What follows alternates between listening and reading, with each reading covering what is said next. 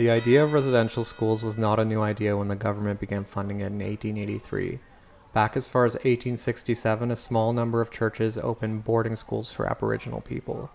As settlements moved west, the churches continued opening up these boarding schools, and they would begin to receive small grants from the Canadian government on a per-student basis. In 1883 is when the government began fully funding these schools, and they became more involved. They created 3 larger schools in Western Canada during that year, and they continued to expand their system outward from there. Due to the already restrictive policies of the Indian Act, the government could easily move children from reserves to these boarding schools.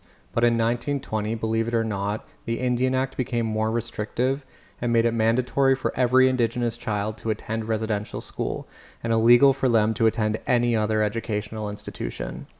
Some members of the force had the job of apprehending and returning any child to the school who escaped, and they also went around locating any children that were being hidden from the officers so they could also take them away. Children ages 4 to 16 attended these schools.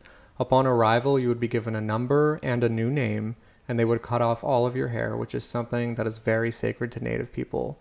And from that point on, if you spoke your native language, you would be punished.